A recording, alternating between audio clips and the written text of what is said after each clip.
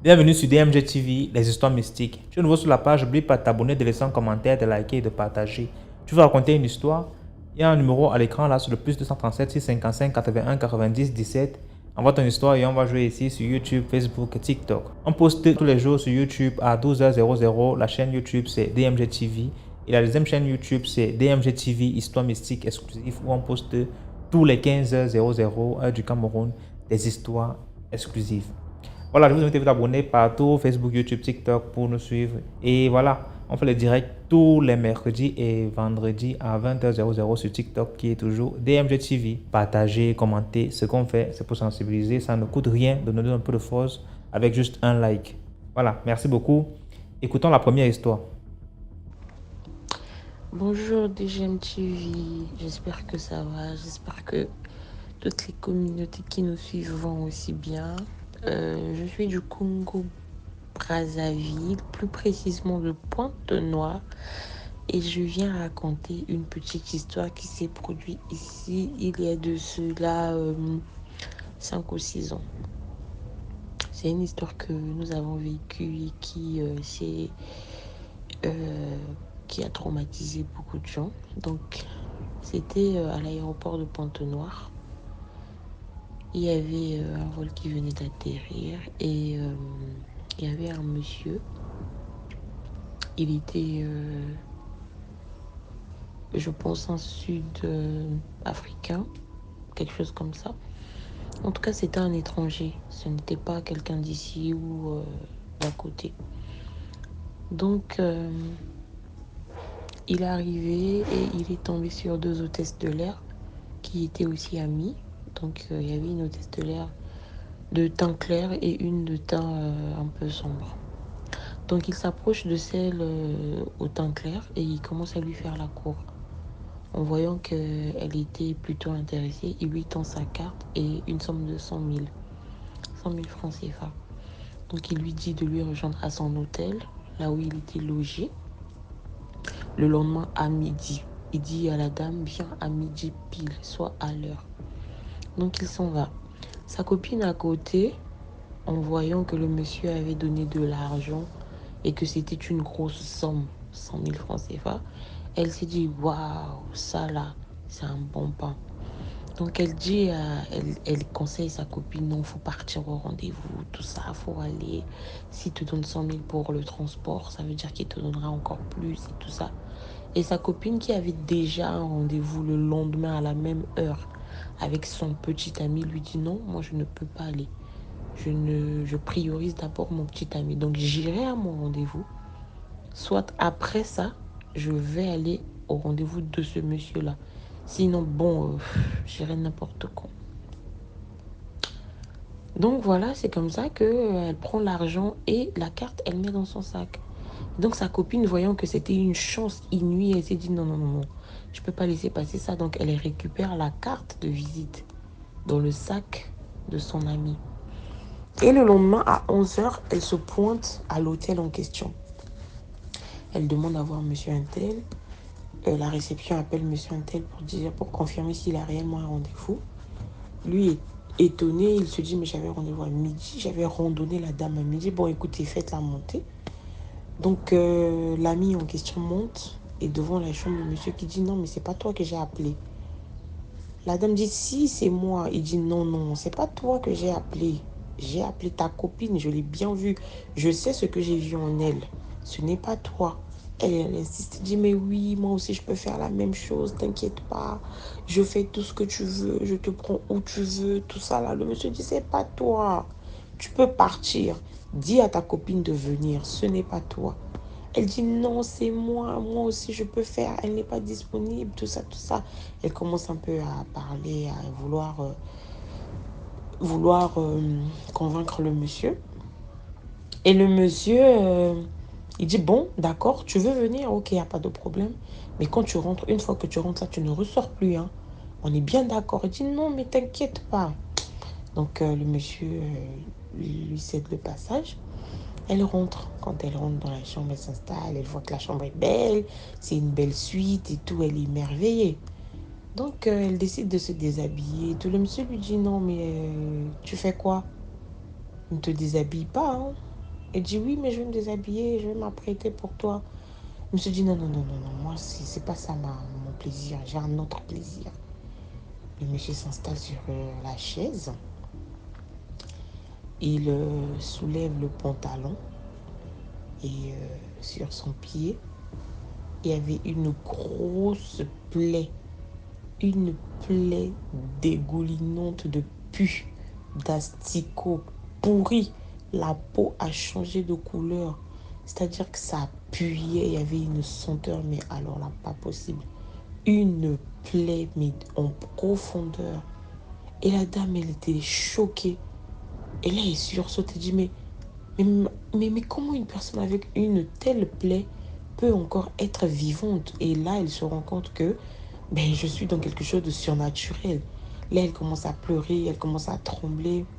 Et le monsieur lui dit, non, non, non, tu n'as rien à faire à part lécher cette plaie. Tu n'as pas le droit de crier, tu n'as pas le droit de sortir d'ici tant que tu ne finis pas. Tu me lèches la plaie là correctement de fond en comble.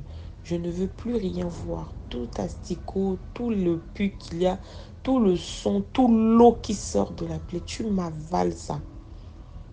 C'est soit tu fais ça, soit tu meurs. Et le monsieur sort une arme et tend l'arme vers la fille. Il dit soit tu fais ce que je te demande de faire, soit je te tire une balle et on n'en parle plus. Elle était obligée. Elle l'a fait, elle a léché toute la plaie là, tout ça là. Et à la fin, il a pris 500 000 et il lui a remis. Ne sachant pas que c'était un peu l'argent pour ses funérailles. Donc elle prend l'argent, elle sort, elle part, elle appelle sa copine, elle dit à sa copine, tu es où? Sa copine qui dit, mais j'ai fini avec mon petit ami, là je vais me rendre maintenant au rendez-vous du monsieur à l'hôtel en question. Elle dit, non, non, non, non, non, ne pars plus, viens, viens, viens, viens, rejoins-moi, rejoins-moi. Je suis dans tel maquis là et tout ça. Sa copine lui dit, mais comment ça? Rejoins-moi, rejoins-moi. Et son ami la rejoint donc dans le maquis. Mais qu'est-ce qui se passe? Et toi, elle explique à sa copine, voilà ce qui s'est passé, voilà ce qui s'est passé, voilà ce qui s'est passé. Mais il m'a remis de l'argent. Avec cet argent, on va faire beaucoup de choses, tout ça, tout ça. Sa copine lui dit, ah, tu allais faire ça vraiment? Oui, c'est ce que j'ai fait. Donc elle a tout expliqué à sa copine. Elle a dit, mais j'étais obligée parce que je suis arrivée là-bas, je ne savais pas que c'était ce qu'il voulait me demander de faire et tout. Et sa copine, et elle a voulu convaincre un peu sa copine avec de l'argent. Donc, elles ont commencé à boire, boire, boire, boire. Et à un moment donné, elle ne se sentait pas bien. Elle est allée aux toilettes, elle a commencé à vomir, vomir, vomir. Elle a commencé à vomir du sang, et elle est tombée. Et les gens sont venus la ramasser, et on l'a pris, on l'a amenée à l'hôpital. Le temps qu'on l'a amenée à l'hôpital, son ventre est en train de gonfler, gonfler, gonfler, gonfler. Mais vraiment, son ventre, vraiment bien ballonné là, gonflé, mais quelque chose de mystique quoi. Et à l'hôpital, on a dit, mais ça là, c'est pas le cas de l'hôpital. Qu'est-ce qui se passe? Et sa copine était obligée d'expliquer que bon, voici ce qu'elle m'a rapporté, voilà, voilà, voilà, voilà. Donc voilà l'histoire. C'est un peu pour sensibiliser et pour dire que nous les femmes qui sommes toujours avides et jalouses, envieuses, parce que l'autre a eu un bon monsieur ou un bon ceci, on est toujours là à vouloir précipiter nos chances ou voler les chances des autres, ne sachant pas que ce ne sont pas des chances, c'est des malchances plutôt. Parce que si réellement son ami était allé, peut-être que, qui sait ce qui allait se passer, peut-être que c'est son ami qui allait vivre cette expérience-là, ce drame-là. Donc voilà un peu. Et merci beaucoup de sensibiliser les gens à travers ta chaîne et les histoires que tu partages. Voilà. Merci beaucoup pour l'histoire. Maintenant, écoutons la deuxième histoire. Il y a bonjour encore les gars, ou bonsoir, ça dépend de l'heure à laquelle vous allez avoir la chance de me suivre. C'est encore moi, votre frère Bouya du Congo. Je suis revenu pour la deuxième histoire. J'espère ne pas être vraiment très long. C'est l'histoire d'un jeune homme très riche qui est parti épouser une très très belle femme. Et ce qui s'est passé, c'est que il avait ces histoires quoi. Lorsqu'ils se sont mariés, tout allait vraiment très très bien. La femme était heureuse. C'était bon quoi. Mais après quelques mois de mariage, la femme a remarqué que, oh shit, il y a des clients qui m'appellent. Yeah, I'm sorry. La femme a remarqué que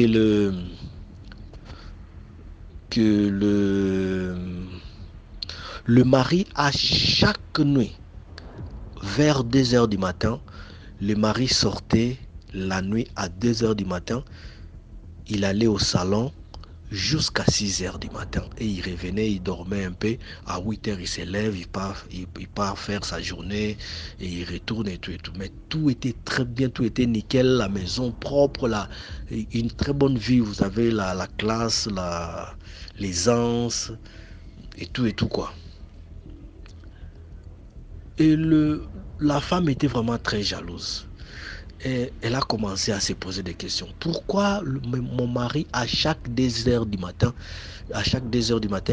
il me laisse pour aller au salon, c'est-à-dire au salon, quand je dis les salons, c'est pas les salons de coiffure, je dis les restrooms, on appelle ça, salon, au salon quoi. Yeah. Et il ne revient qu'à 6 heures du matin. Lorsqu'il demande à son mari, mais quand tu te lèves à 2 heures du matin et que tu vas au salon, qu'est-ce que tu vas faire? Le mari dit non, ça fait partie de mon travail, je ne vais pas faire mes travaux et tout et tout. Il dit, oh, quel genre de travail ici? C'est tellement silencieux qu'il dit non, je travaille dans le silence, dans le calme, qu'est-ce qu'il y a? Vous savez, il y a mes ordinateurs là-bas et tout et tout. Ah, la femme commençait à s'inquiéter, il dit non, there is something wrong, this is phishing, this is wrong. Il, Elle s'inquiétait tellement que le parti parlait à son mari et à sa mère. La mère lui dit comment ça va? La mère la demande comment ça va et elle dit non ça va mais maman il y a quelque chose de pas net à la maison. La mère lui dit mais qu'est-ce qui se passe? Elle dit non mon mari depuis que nous nous sommes mariés à chaque nuit 2 heures du matin il se lève il va au salon. Il me laisse dans la chambre, il ferme la porte derrière, il me laisse dans la chambre jusqu'à 6 heures du matin et il revient. La mère lui a dit, mais as-tu déjà cherché à parler avec lui? Il dit non, il dit que c'est son travail. Il dit, mais puisque c'est son travail, qu'est-ce qu'il a dit, maman? Tous les jours, chaque nuit. Ok, la mère dit, ok, comme ça, va faire des double, va faire la double de la clé et cache-la. Lorsqu'il va fermer, tu essaies d'introduire l'autre clé, tu pousses un peu pour que l'autre là tombe et que tu ouvres, tu vas savoir ce qu'il fait. Elle dit ok. Elle fait comme sa mère l'avait dit, la journée, quand le mari va au travail, lui il va dans elle va dans les hardware, elle fait des double, elle fait la double de la clé. Elle amène, elle cache sous les lits. Et comme d'habitude, le mari, à 2 heures du matin, il se lève, il porte la culotte et les cinglés et il va au salon et il ferme la porte derrière. La femme faisait semblant de dormir et se réveille. Elle vient lentement, doucement, quietly, sans faire de bruit. Elle prend l'autre clé, elle introduit la clé, elle pousse, l'autre, elle tombe et elle l'ouvre. Lorsqu'elle l'ouvre elle croyait que quand elle va ouvrir, c'est normal qu'elle se retrouve au salon. Mais lorsqu'elle a ouvert la porte, elle s'est retrouvée dans un port. Dans un port, il y a des gros bateaux, des, des trains, les gens travaillaient, les gens portaient des sacs, il y avait plein de gens, plein de gens. Elle a voulu crier comme ça. Tout à coup, le mari lui voit. Le mari calme. Le mari Le mari vient vite et le mari lui ferme la bouche. Le mari lui dit, qu'est-ce que tu es venu faire ici? What the fuck? Elle dit, mais j'avais... Le mari dit, ne parle pas, n'écris pas, ne dis pas un mot. Commence à travailler.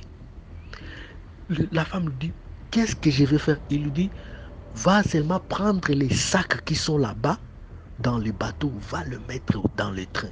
Ne regarde personne droit aux yeux. Fais comme moi je suis en train de faire. La femme, il lui dit, si tu fais un bruit, tu vas mourir ici. Et c'est pas mon problème. Je t'avais dit de rester. Je t'avais dit que ça fait partie de mon travail. Tu n'écoutes pas. Suis-moi. La femme toute tremblante suit son mari. Elle porte des sacs. Le mari, il porte des sacs. Elle aussi porte des sacs. Elle porte des cartons. Le mari aussi porte des cartons. Il prenait des cartons. Tantôt il prenait des sacs dans le bateau. Il le mettait dans les trains. Tantôt, il prenait des sacs dans les trains, il le mettait dans le bateau. On disait aller transporter du bois. Il dit encore à sa femme, suis-moi calmement. Ils prennent des bois. C'était un très grand port. Je ne sais pas, il y a grand. Et les gens travaillent en silence, ils travaillent à 5 heures juste.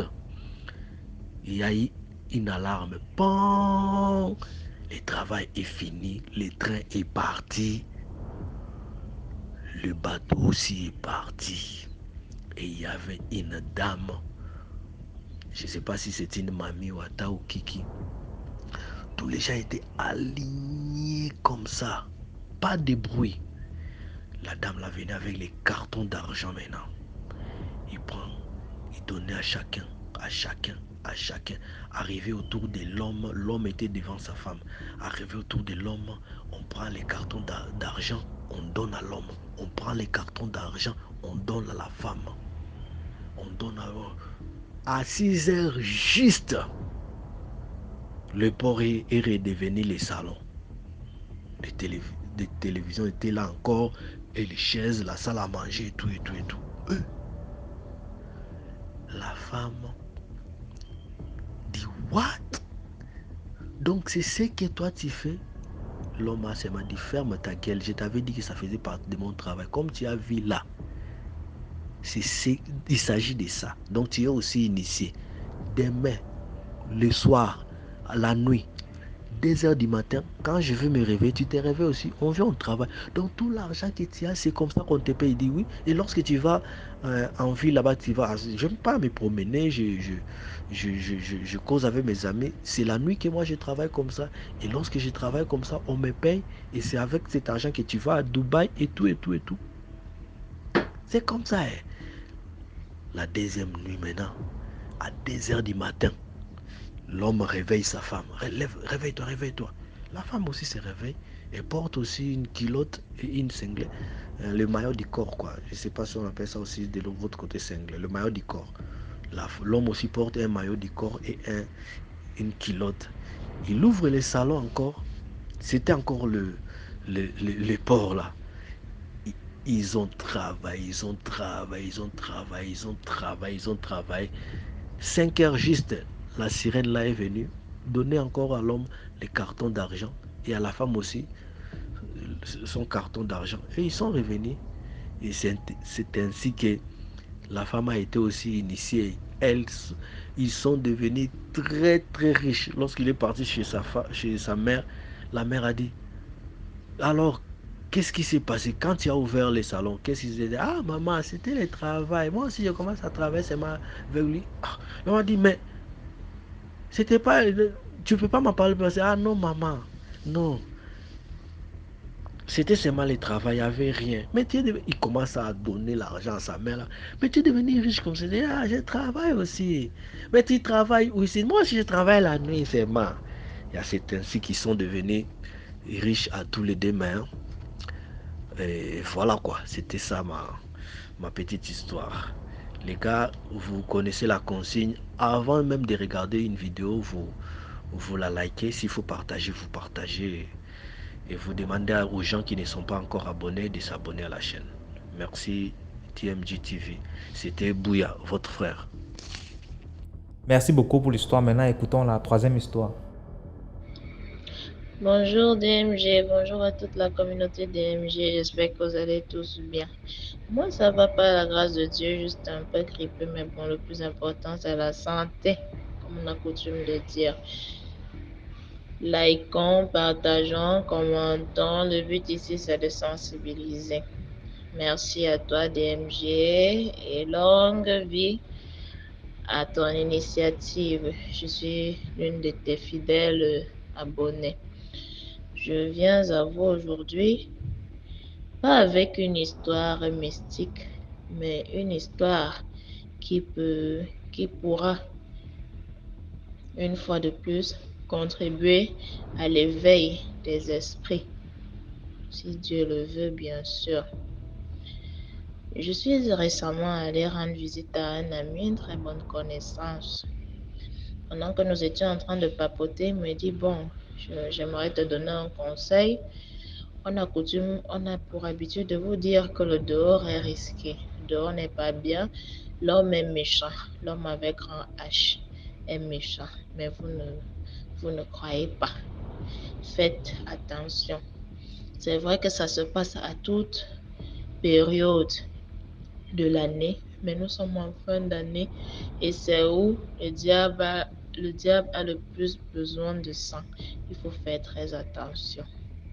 Il me raconte donc qu'il a récemment également été avec un ami, une connaissance aussi, qu'il avait appelé d'urgence. Comme il fait dans les véhicules, location et vente de véhicules, il disait que c'était pour un business qui avait un lien, que c'était pour un business lié à ça, autant pour moi. Ils se sont donné rendez-vous. Quand ils se sont vus, le gars lui dit, bon, comme tu es mon ami, je voulais pas manger seul, je voulais un peu te brancher aussi. Je demandais que me brancher sur quoi? Et ça, c'est le courant. Me dit, moi, parle. Il me dit, bon, en fait, il a un grand frère qu'il a vu. Qu'est-ce que le grand frère lui a proposé? Le grand frère lui a proposé de l'argent. Il lui remet une mallette d'argent avec à peu près 15 à 20 millions. Il lui loue un bel appart, il lui achète une belle voiture, un bel appart, une belle voiture, bref, tout ce qui peut contribuer à flasher les femmes, à attirer, ce qui brille, quoi, comme on dit souvent, lui donne de l'argent. En contrepartie, qu'est-ce qu'il fait? Il drague le maximum de filles. Il drague le maximum de filles pour les livrer à ce monsieur pour qu'il fasse ses rituels. Quand on parle de rituels, vous voyez un peu de quoi est-ce qu'il s'agit, les crimes rituels, les sacrifices, bref. Donc, c'est un peu dans ça. Il dit qu'il s'est bien assis, qu'il lui a demandé de répéter un peu, il n'a pas compris. Le gars répète la même chose, que le monsieur va nous donner beaucoup d'argent, il nous loue de beaux appartements, et bref, il nous habille, il nous donne tout, voiture, tout, à condition que les filles qu'on va draguer, quand on a une fille, on la blase, ce n'est pas que ça se passe là. On blase la fille pendant un temps, pendant même 1 ou 2 semaines, on donne tout ce que la fille veut. On lui fait tout et tout pour la mettre en confiance que non, elle a trouvé son bon gars, vraiment Dieu au ciel et tout. Et après, pap, il livre la dame. Le gars dit, mais c'est pas possible. Et tu as accepté ce genre de deal? Il lui dit, bon, tant que moi, je ne suis pas mêlé à ça directement. Je dis, non, tu n'es pas mêlé à ça directement. Comment? Le simple fait déjà d'accepter ça. Est-ce que tu sais comment la situation va se retourner demain? Tu ne connais pas. Est-ce que tu sais où le monsieur va te tenir demain? Tu ne connais pas. Ce n'est même pas le monsieur qui fait c'est toi qui fais le travail. Toi, tu ne veux juste pas avoir les mains sales, mais tu les as déjà, étant donné que c'est toi qui vas avec les filles vers lui. Et tu sais déjà, et tu connais leur sort. Est-ce que c'est normal? Quand toi-même, tu peux m'expliquer ce genre de choses, tu veux que je fasse quoi? Que j'accepte, que je... Non, ils se sont séparés. Il m'a dit que il a coupé les ponts avec cet ami. Parce que rien ne lui garantit également que c'est lui-même qui est parti entrer dans des choses bizarres et qu'il a juste besoin de sang et tout. Donc, et apparemment, ce monsieur, c'est, comme on dit souvent, entre guillemets, quelque chose de la République. Ils sont toutes, c'est toute une organisation. On va pas citer les noms, je vais pas je vais pas beaucoup parler de peur d'avoir des problèmes, donc je vais m'arrêter là. Vraiment, on ne connaît pas les gens. Voilà que c'est un ami à lui qui lui a parlé de ça. Il pouvait même ne pas lui expliquer et le mettre dans une histoire compliquée plus tard. Faisons très attention à nos connaissances, à nos frères, à nos sœurs, même c'est pas parce que nous sommes nés du même ventre que le dehors est mauvais. Les histoires que, oh ma chérie, je peux te déposer, tu montes là. Arrêtons un peu ça. Quand tu as ton argent, quand tu sors de chez toi le matin pour aller travailler, tu sors avec ton argent de taxi, que tu sais que même si ça a cuit, tu peux payer ta moto, tu peux payer ton taxi pour arriver chez toi. Apprenons à nous battre de nous-mêmes et remettons nos vies au Seigneur. Laissons un peu les choses des inconnus là. On ne connaît pas les gens, le monde est devenu bizarre, le monde est à l'envers. Ça a même toujours été comme ça, mais ça va de mal en pis. Vraiment, c'est ma petite histoire, n'a rien de mystique, mais je tenais à la partager avec vous. Bonne journée. Portez-vous bien, à très bientôt. Merci beaucoup pour l'histoire. Là, écoutons la quatrième histoire. Salut DMJ, salut la grande famille DMJ. Je vais raconter une histoire. Cette histoire-là, c'est pas ma propre histoire, mais j'ai été témoin de cette histoire-là. C'est l'histoire d'un voisin. Et à l'époque, on vivait dans une commune. On avait des voisins qui avaient déménagé. Donc, quelques temps après, on a eu de nouveaux voisins. Donc, dans les causeries, on a remarqué qu'on parlait la même langue. Donc, un jour, le monsieur demande à maman, vous venez de quelle région? Et ma maman a donné le nom de la région, de notre région. Le monsieur dit, mais moi-même, je viens de cette même région-là. Et le monsieur a demandé à maman de quel village on venait. Maman a dit le nom de notre village. Le monsieur a appelé en même temps sa femme. Hé chérie, voilà ta soeur, voilà notre soeur ici. Que moi, mon village, ça c'est le voisin qui parle. Moi, mon village est juste avant votre village. Mais ma femme et toi, vous venez du même village. Donc, ils ont fait connaissance et dans les échanges, ils savaient que ma maman et puis notre nouvelle voisine là étaient parentées. C'était des cousines éloignées. Et donc là est née une très belle relation, hein. Une très très belle relation. On vivait en harmonie. Dans le temps, la maman travaillait à la maison et la tante, la nouvelle voisine, elle se débrouillait quelque part. Donc elle vient, elle rentrait pas tôt.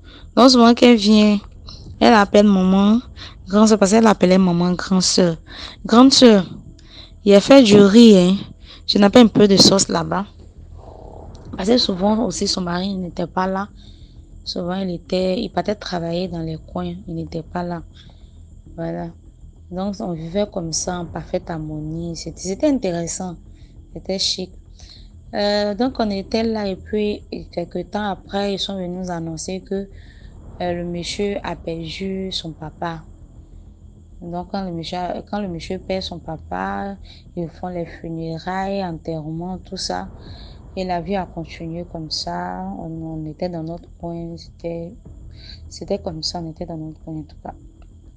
Et 2 ans après, le monsieur a commencé à dire à sa femme que mais voilà notre grande soeur. Parce que chez nous, là, quand le papa meurt, c'est le fils aîné qui prend l'héritage et puis lui, maintenant, il gère la famille. Voilà. Mais dans leur cas, là, le monsieur avec une grande soeur, voilà, c'était leur aîné. Donc, elle a refusé même de laisser, je sais pas, cette responsabilité à son petit frère, qui est l'aîné des garçons. Elle a refusé. Donc, c'est elle maintenant qui gérait les biens du papa. C'est-à-dire que maintenant, c'était pour eux tous. Eux tous devaient profiter de cela. Mais elle seule, elle prenait cet argent-là, ce qu'elle gagnait, elle seule, elle prenait pour gérer elle et son mari et ses enfants. Donc, ça veut dire que ses frères et sœurs, eux ne profitaient rien même, ne touchaient rien, ne voyaient rien. Donc, le monsieur a commencé à se plaindre. Et il a dit à sa femme que lui, il va aller pour qu'il parle de cette histoire parce que ça a duré depuis 2 ans et toujours eux ils parlent, leur grand-soeur ne réagit pas. Donc, lui, il va se rendre au village pour tirer ça au clair. Parce que trop, c'est trop. Lui ne pouvait plus accepter cette situation. Maintenant, sa femme lui a dit, mais chérie, qu'est-ce qui nous manque ici? Hein? Toi, tu travailles. Moi aussi, là, je me débrouille, je travaille un peu. Hein? Ce qu'on a là, il faut laisser, on va construire notre vie avec. On va, qu'on appelle ça même, on va faire nos projets ensemble. Il faut laisser cette histoire d'héritage là. Tout compte fait, sans ça, on mange. Donc, il faut laisser tomber. Le monsieur dit, hey, vous les femmes, avec vos histoires, de laisser tomber quoi? Toi, tu ne trouves pas que c'est foutaise? Hein? Depuis que notre papa est mort, là, même 5 fois, on ne gagne pas. Hein? Même 5 fois, on ne gagne pas. Normalement, là, c'est moi, je suis le fils aîné, là. C'est moi qui devais gérer tout ça. Mais elle ne veut pas. Elle veut gérer et puis elle ne nous donne rien. Moi, seulement, là, cette année-là, je ne vais pas accepter. Je ne vais plus accepter cette situation. Donc, ça c'est devenu palabre même entre les deux. Donc, la tante est venue voir ma maman pour expliquer à ma maman que voilà ce que ton frère veut faire. C'est-à-dire que quand il y a querelle entre les deux, quand c'est la femme qui vient expliquer, la femme dit, tu as vu ce que ton frère est en train de faire. Quand c'est le monsieur aussi qui vient expliquer pour lui, tu as vu ce que ta soeur est en train de faire, c'était comme ça. Donc, excusez-moi. Donc, quand la tante est venue expliquer à maman, maman lui a dit, mais il faut continuer à lui dire d'abandonner cette histoire, de laisser tomber cette affaire-là. Parce que ces histoires de lutter héritage là, ça finit toujours mal. Donc, il faut dire à ton mari de laisser tomber. Donc, elle allait dire à son mari, ah chérie, elle insistait toujours, il faut laisser tomber tout ça. Jusqu'à même le monsieur m'était fatigué de cette histoire parce que lui, il ne voulait pas entendre un jour. Donc, il est venu dire à maman un jour, excusez-moi, il est venu dire à maman un jour, faut parler à ta soeur là, faut parler à ta soeur là, qu'elle m'agace, 2 jours là, elle m'en met trop. Elle m'en met trop. Hein? C'est que notre soeur l'a fait là. Le monsieur a commencé à raconter l'histoire. Donc, quand il a fini de raconter, maman lui a dit, mais très sincèrement, si tu n'es qu'à moi seul, tu allais laisser cette histoire-là. Parce que tout compte fait, sans cet héritage-là, vous mangez, sans cet héritage-là, vous êtes bien ici, tu as ton travail, le ciel a son travail, donc il faut laisser cette histoire d'héritage-là, il faut laisser. C'est vrai, vous devez avoir, c'est votre droit. Vous tous, vous devez profiter. Maintenant, si elle ne veut pas vous donner, que elle seule, elle veut bouffer là, que ça reste comme ça, il faut laisser tomber. En tout cas, si tu n'es qu'à moi seulement, hein, tu allais laisser tomber cette histoire d'héritage là. Donc, quand maman a dit ça au monsieur, il n'a pas écouté. Hein. On était là maintenant un jour, il dit à sa femme que à telle date, je vais aller au village pour aller échanger avec ma soeur. On va aller parler de ça avec notre chef de famille, parce que trop c'est trop. La femme a dit à son mari, hé, mari, pardon, il faut m'écouter. Je t'en supplie, écoute-moi. Pour une fois, il faut m'écouter. Cette histoire-là, chaque fois quand tu parles de cette histoire, je ne suis pas tranquille, mon cœur n'est pas tranquille. Je te prie de laisser tomber. Le monsieur a commencé à parler, insulter sa femme. Oui, vous les femmes là, c'est toujours comme ça. Vous êtes des peureuses. Vous êtes des peureuses, toujours comme ça, elle ne peut rien me faire. Il faut qu'on parte au village pour aller parler de cette histoire une bonne fois pour toutes. Hein? Il faut qu'on parte pour aller parler de cette histoire une bonne fois pour toutes. Il faut laisser tomber. Hein? Le monsieur dit à sa femme, il ne faut plus mettre ta bouche dans mon affaire de famille. Il ne faut plus mettre ta bouche dans mon affaire de famille. Donc, la femme s'est tue. Maintenant, la nuit, c'est-à-dire que la veille du départ de son mari, elle va faire un songe dans lequel elle voit son mari au village. Et son mari est au milieu d'une foule. Et les gens ont commencé à agresser son mari. C'est comme s'ils ont commencé à attaquer son mari. Et puis, c'est comme s'il il allait au village. Ils ont tendu un piège qu'il est tombé dedans là-bas au village. Il allait tomber dans le piège là au village. Donc, quand sa femme s'est réveillée, elle a dit à son mari, ah, chérie, pardon, faut m'écouter. Voilà le songe que j'ai eu à faire cette nuit. Pardon, annule ton voyage, faut pas partir. Si tu tiens vraiment à moi, si tu m'aimes, faut laisser tomber. La femme a parlé, le monsieur était sur sa position. De laisser tomber quoi? De laisser tomber quoi? Tu ne trouves pas que c'est foutaise? Moi, je vais partir. La femme dit, ah, tu sais quoi? Faut laisser tomber. Je te prie, si tu m'aimes vraiment, la femme a tout dit, tout ce qu'elle pouvait dire pour que son mari change d'avis, tout ce qu'elle pouvait faire. Elle a fait, elle a dit. Son mari dit non. Il est resté sur sa position. Il est parti. Donc, il est parti. Ils lui ont donné à soi. C'est-à-dire que c'est une histoire qui était censée se passer en famille. Ils ont envoyé l'affaire là à la place publique. Et à sa grande surprise, il y a les gens qui sont venus l'entourer. À sa grande surprise. Et il est resté au milieu. Il y avait du monde. Donc, lui maintenant, il dit à leur chef de famille là, que mais c'est une histoire de famille. Pourquoi je vois les gens du village voisin? Que si ces derniers-là sont là, on sait qu'on ne va plus parler de cette histoire-là. Leur chef de famille dit non, que pour parler de cette histoire, on a besoin des témoins. Qu'il faut laisser tomber. On va régler cette histoire-là une bonne fois pour toutes aujourd'hui. Donc le monsieur n'avait plus de choix. Il était assis là, ils ont fini de parler. Donc ils ont fini de parler. Le monsieur dit, ah, nous là, notre papa, il est mort, il n'est plus de ce monde. Il a laissé des biens. Il a laissé des biens, nous tous on doit profiter en tant qu'enfants. Mais notre grande sœur, c'est elle seule qui profite de ce bien. Elle et puis son mari et ses enfants qui profitent de ce bien-là. Nous là, depuis papa et moi, nous on n'a jamais touché même 5 francs, nous autres. Que vraiment que cette histoire-là cesse. Et puis, depuis quand vous avez vu une femme être héritière? Depuis quand? Chez nous, là, quand le papa meurt, c'est le fils aîné qui gère les biens et puis gère la famille. Depuis quand vous avez vu une femme? Donc, ils ont fini de parler, ils disent non, le chef de famille dit non, il faut laisser. C'est-à-dire que le chef de famille était avec la grande sœur du monsieur. C'est-à-dire que les deux étaient déjà entendus avant même que le monsieur ne vienne. Donc, ils ont fini de parler. Ils ne se sont pas attendus même.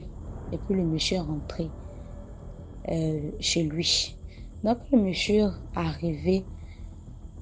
Quand il rentrait dans la cour, nous tous, on l'a regardé. On a vu que le monsieur n'était plus le même. Il avait changé. Il avait maigri. En tout cas, il était devenu bizarre. Ses yeux étaient devenus rouges comme ça. Donc, il est venu, sa femme lui a demandé des nouvelles. D'abord, elle lui a donné de l'eau à boire. Elle lui a donné des nouvelles. Mais, aïe, mon mari, il a coupé, tes yeux sont devenus rouges comme ça. Elle dit non, que c'est le trajet, c'est la fatigue. Et puis, je suis un peu enrhumée. Là, c'était la maladie du monsieur qui commençait comme ça. Le monsieur était tombé gravement malade. On l'a envoyé à l'hôpital, ils ont fait les examens, on dit non, qu'il n'y a rien. Même le monsieur n'a même pas parlé même, tout va bien chez lui. Mais le monsieur était mourant, ça n'allait pas. Maintenant, sa femme a commencé à pleurer. Sa femme dit, hé, qu'est-ce que tu es en train de nous faire comme ça? Je t'ai parlé plusieurs fois d'abandonner cette histoire-là, tu m'as pas écouté, tu as vu non. Maintenant le monsieur dit à sa femme, et voilà, ok, je suis partie là, que je suis partie au village là. Ton songe que tu avais eu à la veille de mon départ là, ça s'est réalisé là-bas. J'ai vu tout ce que tu m'as raconté dans ton songe là, moi j'ai vu ça là-bas. Ma femme, vraiment, pardonne-moi. Donc ils étaient là comme ça jusqu'à puis le monsieur est mort. Ma femme a pleuré. En tout cas, ça nous a touché, nous tous. C'était la tristesse totale. Le monsieur qui était bien portant. Et puis, au bout de 1 mois, comme ça, le monsieur meurt comme ça, d'une façon mystérieuse. Vraiment, c'était pas facile. ça faisait vraiment pitié. Donc, moralité de l'histoire, chers frères, chers papas, je vous demande pardon. Écoutez souvent vos femmes, écoutez souvent nos mamans. Je vous en supplie. Parce que si ce voisin-là, il écoutait un peu sa femme, s'il écoutait un peu sa femme, je vous assure que il n'allait pas mourir aussitôt. Il n'allait pas mourir aussitôt. Vraiment, écoutons nos femmes.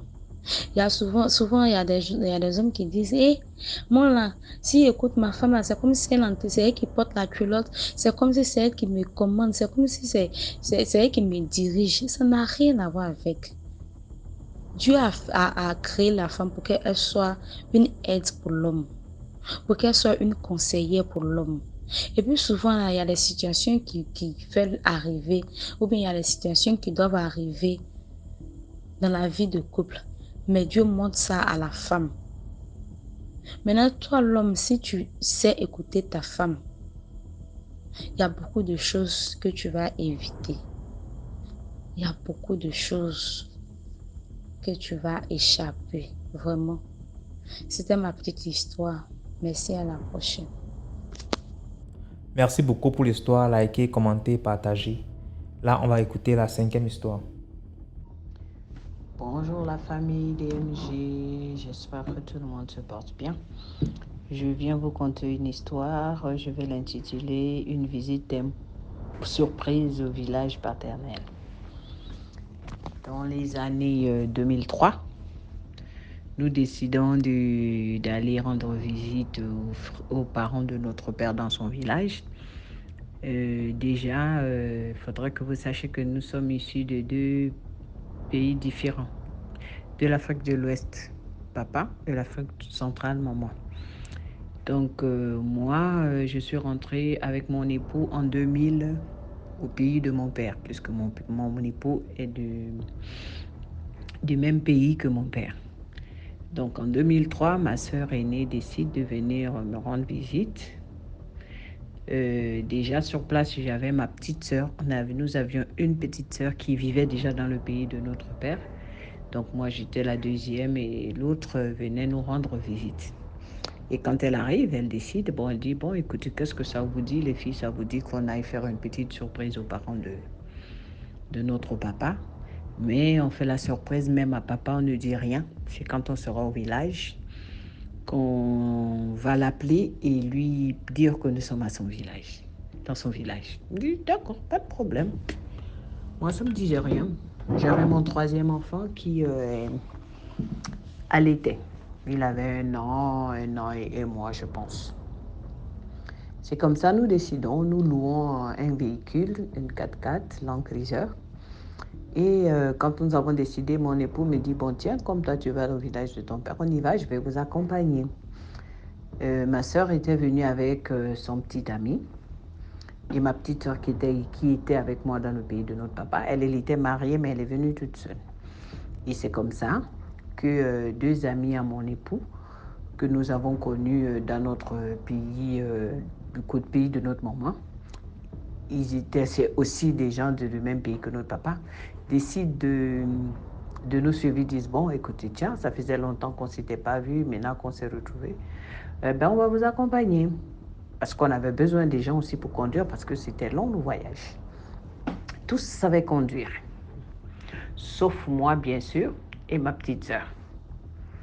Donc voilà, on prend la route, mais au passage, il faut que je dise, le Benjamin de notre papa, le dernier de ma grand-mère, qui est le petit frère de mon père, il était venu en ville pour quelques jours. Et c'est comme ça, on décide, il était là, on profite de l'occasion, il dit, tu nous accompagnes, on va au vide, mais tu ne dis à personne. Il dit, d'accord, pas de problème. Et c'est comme ça, nous prenons la location, et puis voilà, nous décidons un jour, nous décidons de partir un jeudi matin. On s'est dit, on fait un aller-retour, on part, et puis on revient le lendemain. Donc, nous partons de la capitale, je crois, aux environs de 11h midi, parce que nous sommes partis de la maison à 8h. Mais nous sommes restés à tourner, à faire les petites courses pour les amener, les boîtes de conserve, le sucre, le lait, tout ce qui va avec, qu'on amène au village. Donc nous avons réellement démarré pour le village à 11h parce que aussi, voilà, bon, nous avons démarré, on s'est arrêté à chaque fois pour se soulager. Et puis on avait des coupés-coupés, on s'est arrêté pour manger de la viande, des coupés-coupés. Et voilà, à chaque fois on s'arrêtait pour faire la prière. Bon, c'est comme ça, nuit tombée. Nous voilà dans la brousse, voilà, tranquille. Le chauffeur, il connaissait très bien la route. Notre tonton, pareil. Et voilà, nous y allons, on avance. Un moment, on se rencontre au bout de 18h. Le chauffeur commence à tiquer, mais il ne nous dit rien. Mais moi, je l'observe. Il tique un peu, il descend, il gare, il descend de la voiture, il regarde à gauche, il regarde à droite, il va derrière le véhicule, il regarde. Bon, sans plus. Il revient, il monte, et puis on continue. Et à cette époque, il y avait le rallye Paris-Dakar qui passait par qui part pour Dakar, il faisait Mauritanie et autres, voilà quoi. Mais je dirais pas le nom du pays de mon père. Et on croisait des chauffeurs du Paris-Dakar, d'autres les voitures ont fait tonneau, d'autres voici, l'autre a le bras cassé. Nous, voilà, on continue notre chemin tranquille. Quand ils veulent s'arrêter pour demander qu'est-ce qui se passe, moi je suis une grosse peureuse et j'aime pas trop, je suis pas curieuse, j'aime pas la curiosité de toujours aller savoir ce qui se passe. Quand quelqu'un fait un accident, qu'est-ce qui se passe? Non, moi je suis pas là. Parce qu'on sait jamais, on ramasse, on prend balle perdue. Le plus souvent. Donc c'est comme ça. Nous y allons. On continue. Je dis non, ne descendez pas, on y va, il se fait tard. Et là, quand je vous parle, on est à 22h. On continue, mais je tiens à vous signaler que de la capitale au village de mon père, si c'était trop, c'était 8 heures de trajet. 8 heures de trajet avec les arrêts que nous faisions pour nous soulager et faire la prière. 22h, on arrive, on roule. Le chauffeur, il descend encore, il regarde, il dit non, mais tiens, ça c'est pas. Je regarde, il descend. Maintenant, ma soeur lui pose la question quoi? Qu'est-ce qu'il y a de perdu? Tu ne retrouves pas la route? Il dit non. Mon oncle lui dit non, nous sommes dans la bonne voie. On continue. Ça papote entre nous dans la voiture, mais moi, grosse peureuse de mon état, mais je ne montre pas que je suis un peu inquiète. Donc, on continue. J'ai mon bébé à la main, et puis voilà. Un coup, il mange, je lui donne à manger. Un coup, je le passe à son papa. Le papa, il se baladait dans les bras de tout le monde pour m'alléger un peu. Donc, 22h, 23h, minuit, 1h du matin, 2h du matin. C'est à partir de 2h que nous commençons à nous inquiéter un tout petit peu, mais personne ne dit rien. Chacun assis. Minuit, 2h du matin. À partir de 2h du matin, c'est là où on commence à voir des choses étranges sur la route. Un premier temps, j'étais pas la seule à l'avoir vu parce que j'ai pensé que moi aussi je délirais un moment. Un premier temps, on voit un cheval et un monsieur dessus, un cavalier, on voit pas le visage. Moi, j'ai baissé juste ma tête. J'ai baissé ma tête pour ne pas regarder deux fois parce que je suis grosse peureuse. Et je n'avais pas remarqué que les autres aussi, ils avaient vu, mais ils n'ont rien dit pour ne pas faire peur. Nous avançons. Un moment, on voit un lièvre qui sort de nulle part, qui se met sur la route avec une grosse lumière. C'est comme si on avait mis une ampoule sur la route. J'entends juste ma soeur qui dit Elle fait ce petit bruit. Moi, je ne dis rien, je reste toujours ma tête baissée. Je regarde personne, je fais croire que je suis en train de somnoler. Mon mari ne dit rien, il me demande Toi, ça va? Je dis oui, ça va. Et je fais semblant de ne pas voir. 2. Troisième fois, le lièvre qu'on a vu, on le revoit quelques kilomètres plus tard en train de faire des grimaces, c'est-à-dire un coup il grandit, un coup il répète, un coup il grandit, un coup il se raccourcit. Ah là, c'est là où tout le monde a paniqué. Tout le monde dit seulement. L'autre me dit, Et mon mari me dit, hey, moi je ne suis jamais allé au village de mon père. Hein. Maintenant, moi je suis à cause de la femme, je suis maintenant après toi pour aller voir n'importe quoi sur la route, des trucs bizarres. Donc moi pour envoyer, je dis, quel truc bizarre toi tu vois sur la route là? Ma soeur dit, hey, je ne dis pas moi, elle me dit, hey toi, reste tranquille. Toi-même tu sais qu'il y a des trucs étranges qui se passent sur la route. Mon oncle il dort, pépère. Il n'a pas de souci. Il roupille jusqu'à ce qu'il ronfle. Il était devant. Nous étions tous derrière. C'est là où l'ami à ma soeur dit, écoutez, nous sommes tous ici des musulmans. Allez, on va commencer à faire des prières. Ben, on continue. Arrivé devant, on se retrouve encore. Ça, si je vous parle, à partir de 4 heures du matin. Entre 2 heures et 4 heures du matin, on tourne en rond, on tourne en rond. On revoit le monsieur sur le cheval. Et là, cette fois-ci, quand on le voit arriver, par le passé, quand on l'a vu la toute première fois, on l'a dépassé. Mais cette fois-ci, c'est lui qui venait en face de nous. Le chauffeur dit, merde. Il dit, il faut qu'on se mette tous à prier, parce que là, ce n'est plus bon, là. C'est là où mon oncle se réveille, il dit, qu'est-ce qui se passe? C'est là où il dit, ah, on vient de voir un monsieur, un cavalier sur un cheval. Il dit, allez-y, n'ayez pas peur, c'est rien. On continue. Quand c'est 4 heures du matin, on tourne, on dépasse le poste de police, on s'en va. Mon oncle dit non, le village il est devant, on va traverser un village Peul, traverser un village Peul et derrière il y a le village. On s'en va. L'oncle descend du véhicule, il regarde à gauche, il regarde à droite, il ne voit pas de village, il demande d'éclairer. On ne voit rien que la brousse, que la route, la terre pleine. Il dit non, ça c'est pas normal. Pourquoi normalement c'est par ici? Le chauffeur dit bon, allons-y, revenons au poste de police, on va se renseigner. On demande au poste de police, le policier nous dit mais non, mais c'est à quelques mètres de là, c'est pas loin, le village est là, et puis c'est derrière le village que vous cherchez. On s'en va, on revient, on trouve pas le village, on s'en va, on trouve pas le village, on revient au poste de police. Poste de police, le monsieur, il dit, mais le village est à côté. C'est là, ma soeur lui dit, mon frère, si vous pouvez nous aider, vous venez avec nous, on va poster quelqu'un à l'entrée du village, on revient vous déposer pour qu'on puisse retrouver l'entrée du village Peul. Le monsieur, il est un peu hésitant, il a un peu peur. Ma soeur dit, non, ne t'inquiète pas, si tu veux, je vais te payer, il n'y a pas de souci. C'est comme ça. Ils montent à deux. On se sert, hein? Ils montent à deux. Donc, ils viennent, on se trouve devant le village Peul. Il nous amène jusqu'au village Peul. Maintenant, au village Peul, il dit, ma soeur dit, parmi vous qui descend pour attendre, 2 personnes peuvent descendre et attendre. C'est comme ça. Les 2 amis à mon époux, ils descendent juste au village Peul pour que on puisse partir et revenir les trouver. Retrouver le chemin.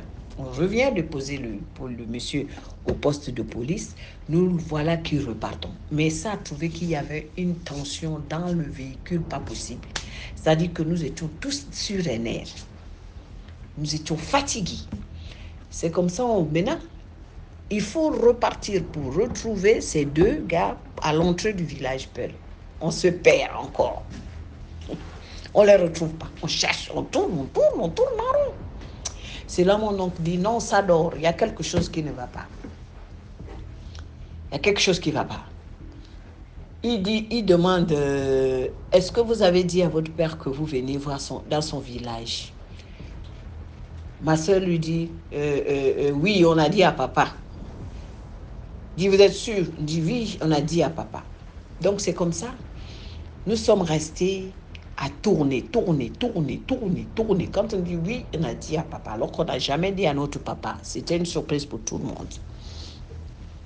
C'est là maintenant, il a dit, bon, si on ne trouve pas ces gars, ils sont quelque part là, mais on ne sait pas qu'est-ce qui se passe.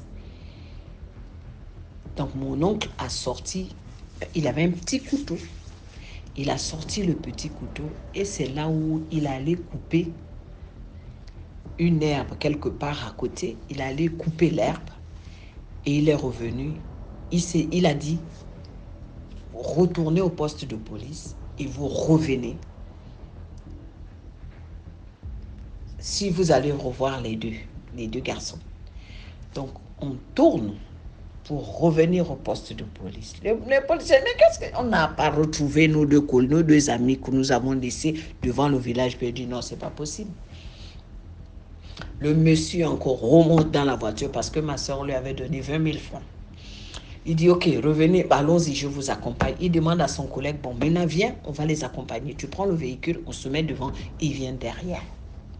C'est comme ça, nous arrivons. Nous trouvons les deux bons messieurs debout. Je vous assure qu'il n'y avait même pas 3 mètres entre mon oncle et les deux amis à mon époux que nous avons laissés à l'entrée du village.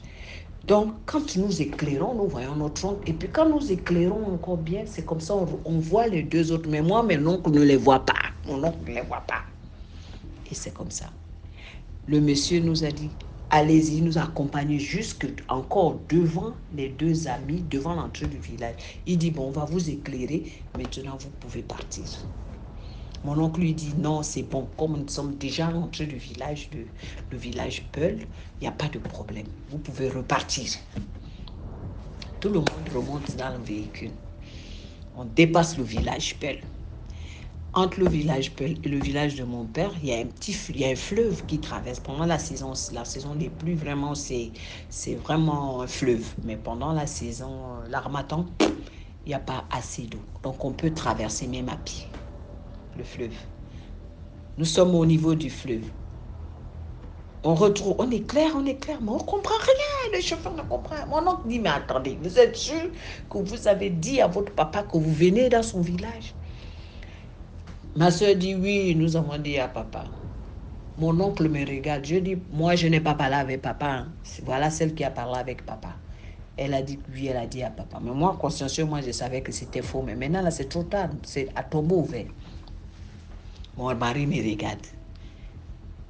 Avait l'air de dire, toi, tu n'as pas l'habitude de mentir. Maintenant, qu'est-ce qui te fait mentir aujourd'hui? J'ai dit, j'ai juste fait, allons seulement, toi, tu n'as rien à dire. Tu me suis. C'est tout. C'est comme ça. Mon oncle est resté, il a réfléchi. Maintenant, l'ami de ma grande sœur, c'est quelqu'un qui maîtrise bien le courant. Il dit, bon, attendez, on se donne 2 minutes, on se donne 10 minutes.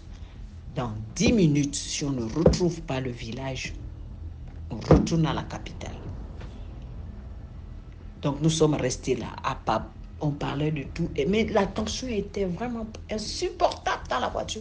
Donc, pour un oui, pour un non, on haussait la voix. Quelqu'un va te poser la question. Pendant les 10 minutes, il y avait une tension pas possible.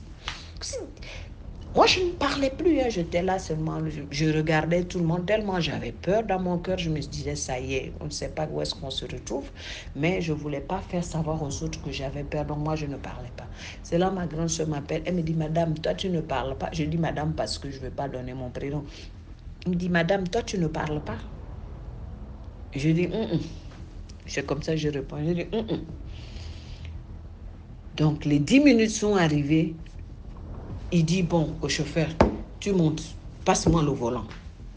Tu me dis seulement qu'est-ce qu'on fait. Il dit, papa, le chemin, c'est quoi? C'est tout droit ou bien on prend à gauche ou bien on va à droite. Mon oncle dit seulement, c'est tout droit. Je vous assure que nous n'avons rien compris. Mon beau-frère a pris le volant. C'est comme si tu tournais la tête de gauche vers la droite et voilà le village. Et le village, nous arrivons au village à 5h et quelques. Quand nous rentrons dans le village, il s'avère que c'est la descente de la mosquée, c'est-à-dire la prière du lever du jour est finie.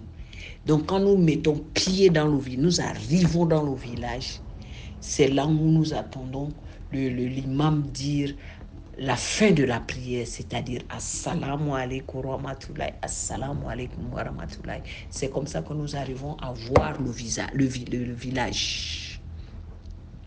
Nous sommes arrivés, Et voilà, nous arrivons au village, on klaxonne. C'est là où le jumeau, j'ai oublié de vous omettre que mon père était jumeau.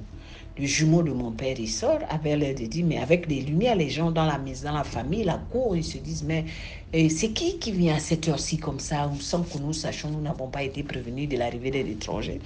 C'est comme ça. Mon oncle lui dit d'abord, non, vous me laissez descendre en premier. C'est là, il dit à son petit frère, mais qu'est-ce qui se passe? Toi, tu reviens, tu ne nous préviens pas, qu'est-ce qui se passe? Il dit, non, je vous ai amené des invités, c'est une surprise. Et c'est là, il ouvre la portière, il nous dit, descendez. Il nous dit, nous, d'abord, les enfants de notre père. Il dit, je t'ai amené des enfants. Il dit, quel enfant? Il dit, il nous appelle par nos prénoms. Je vais dire, il va dire Fatmata, il va dire Djeneba, il va dire, comment on appelle ça, Bintou, vous descendez. Il comprend rien, il dit, ce sont les enfants de qui? C'est quand on descend du véhicule, maintenant, toutes les trois. Moi, j'ai mon bébé, hein, là, mais mon époux dit, donne-moi mon enfant. Si tu vas aller mourir chez tes parents, vas-y, donne-moi mon enfant. C'est comme ça. Il prend son enfant. Moi, je descends du véhicule. Toutes les trois, nous venons vers le jumeau de notre papa. Il ne nous avait jamais vus, il ne nous connaissait pas. On se tourne vers lui et puis il dit, je t'amène les enfants de ton frère jumeau. Les voilà. C'est comme ça, mon oncle a crié, les gens du village ont crié. Depuis combien d'années que votre père est parti de ce village, il n'est jamais revenu. Il est reparti quand même une fois. On l'a plus revu. Qu'est-ce qui s'est passé? Dieu merci. Ils ont commencé à crier dans le quartier. Les enfants de tel sont arrivés. Les enfants de tel sont arrivés. Le jumeau de mon père, il est là. Dieu merci. Je ne pensais pas un jour voir les enfants de mon frère, de mon jumeau. C'est. Hey! Le village. Et voilà le jour qui s'élève. Dans toute cette histoire, nous avons fait, donc sur place, séance tenante, c'est là où nous aussi nous appelons notre papa. Ma soeur appelle notre papa pour lui dire, papa, il devine là où nous sommes. Il dit, comment tu veux que je devine? Je sais que tu es dans mon pays et voilà, tu es avec ta soeur, tu es allé voir ta soeur et autres. Il dit, oui, mais on t'a fait une surprise, on n'a pas voulu te dire, donc nous sommes quelque part. Attends, je te passe quelqu'un qui veut te parler. Et c'est comme ça, mon père, ma soeur passe le téléphone au jumeau de notre papa. C'est là il dit à son jumeau, merci beaucoup de nous avoir envoyé les enfants. On ne pensait pas un jour dans ce village voir tes enfants. Mon père a crié. Il dit, les enfants là, vous voulez me tuer? Qu'est-ce que vous êtes allé faire là-bas sans me prévenir? C'est là où le jumeau a dit, non, ils sont bien arrivés, sains et saufs, il n'y a pas de problème. Je vais être un peu long parce que c'était vraiment avec beaucoup de nostalgie. C'était vraiment, je ne sais même pas comment vous dire, même quand je vous raconte ça, j'ai encore de l'émotion. C'était avec beaucoup d'émotion.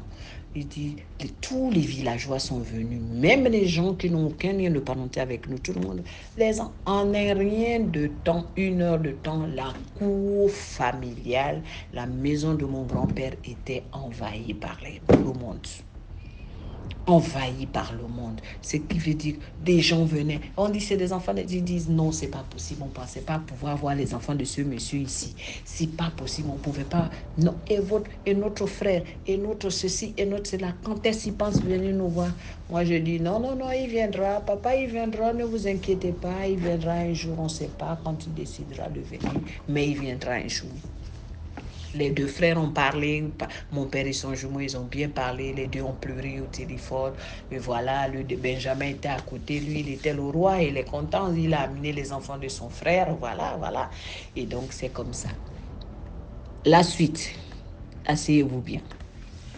Après là, tout le monde, voilà, les gens se sont dispersés, ils sont partis vaquer à leurs occupations.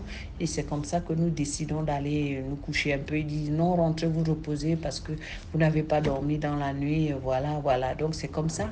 Le petit frère raconte au grand frère ce que nous avons traversé toute la nuit. Il dit nous sommes perdus. C'est là il insulte son petit frère. Il dit tu n'as même pas honte.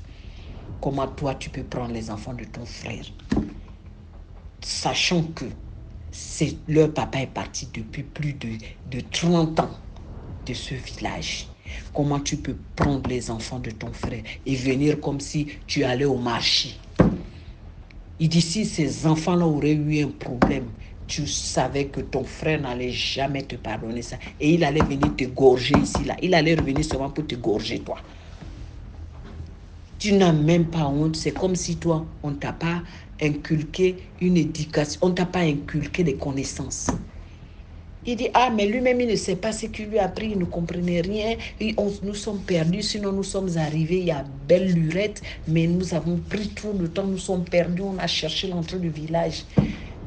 C'est là, il dit, mais c'est normal que vous ne trouvez pas le village. Pourquoi? Parce que quand le papa de ses enfants est parti de ce village, c'est sa maman qui l'a sorti du village parce que les gens du village voulaient le tuer. Et quand il partait, c'était dit qu'il ne devait plus revenir ni sa descendance. Et pourquoi, toi, sachant tout ça, tu vas te lever avec les enfants d'autrui comme ça là et venir avec eux dans le village sans prévenir, même si les enfants te disent de ne pas dire, mais au moins tu pouvais nous mettre dans la confidence ou bien dire au papa, oh non, mais c'est là où ma grande sœur a dit, si on aurait dit à papa qu'on venait ici, papa n'allait jamais accepter qu'on vienne. Et tenez-vous pour, quand on arrive dans le village, j'ai une sœur qui a les esprits et c'est comme ça, une fois que la foule s'est éparpillée, ma soeur s'est levée qu'elle va prendre sa douche. Elle est allée dans la salle de bain. Bon, vous connaissez les douches du village. Elle prend de l'eau, le seau d'eau bien. Elle va se dire qu'elle va prendre sa douche. Quand elle fait un coup d'eau, deuxième coup, voilà, elle tombe en transe. Et finalement, c'est une dame qui parle, qui dit, ah, Dieu merci. Oh là là, on ne savait pas. Oh, je suis contente aujourd'hui. J'ai gagné aujourd'hui.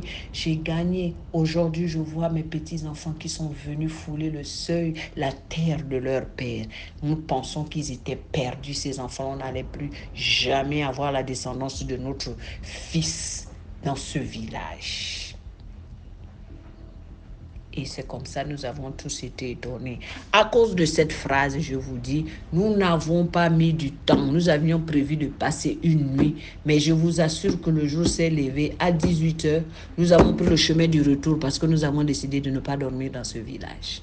Et après, notre papa, en cachette, quand ma soeur a fini de parler, il a fini de parler avec ses frères, il a dit à ma soeur, je vous avais intérêt à déguerpir de ce village. Ne passez pas la nuit dans ce village, vous dégagez. Et c'est comme ça, on s'est fait passer le mot comme ça. On a dit, bon, nous, on retourne. L'oncle n'a pas voulu nous laisser partir. On a dit, rien, on ne dort pas ici. Donc, mon mari était obligé de dire, non, non, non, j'ai une urgence. C'était juste un aller-retour. La prochaine fois, on va revenir. Et c'est comme ça que nous rentrons chez nous. Le retour était calme et nous sommes arrivés. Nous avons fait le trajet en 6 heures au lieu de plus de 10 heures de trajet. Merci. Désolée pour la longueur de l'histoire, mais voilà. Merci beaucoup pour l'histoire. Maintenant, on écoute la 6e histoire. Salut DLG. Je suis ivoirienne, ça fait un bon moment que j'ai reçu. Je vais vous expliquer une histoire un peu bizarre qui fait pitié. En fait, il y a un petit dans mon quartier. Ici, à Abidjan, je dis déjà, je suis ivoirienne. Il y a un petit Abidjan ici. Lui, un petit de 8 ans. Un petit de 8 ans, il est au CE2. Maintenant, dans sa classe, il y a une de ses voisines qui mange des chips. Et puis, il lui a demandé, est-ce que je peux avoir aussi? La fille dit que oui, il n'y a pas de problème. La fille lui a donné des chips, au moins 5 morceaux de chips à l'eau, elle lui a donné au moins 5. Comme ça, maintenant, la nuit, le petit a fini de manger, il a allé dormir, la fille, bon, je ne sais pas si c'est un rêve, genre, on peut dire, tu as couché, mais tu vois, mais tu ne peux pas te lever. La fille vient dans son sommeil pour dire que ma viande, je t'ai donné, je suis venue pour que tu me rembourses. Mais il dit, mais c'est quelle viande tu m'as donné?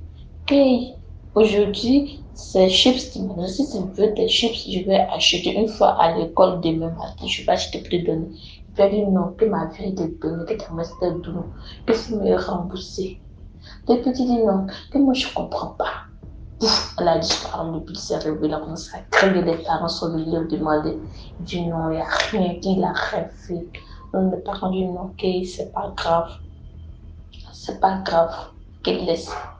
Chaque nuit, elle venait harceler le petit qui a, qu'est-ce que tu vois que tu ne veux pas rembourser ma viande, qu'il faut donner ta soeur, faut donner ta soeur. Là, elle a harcelé le petit jusqu'à le petit ne sait pas ce qu'il va faire. Le petit a dit, ok, si tu veux, vous prendre.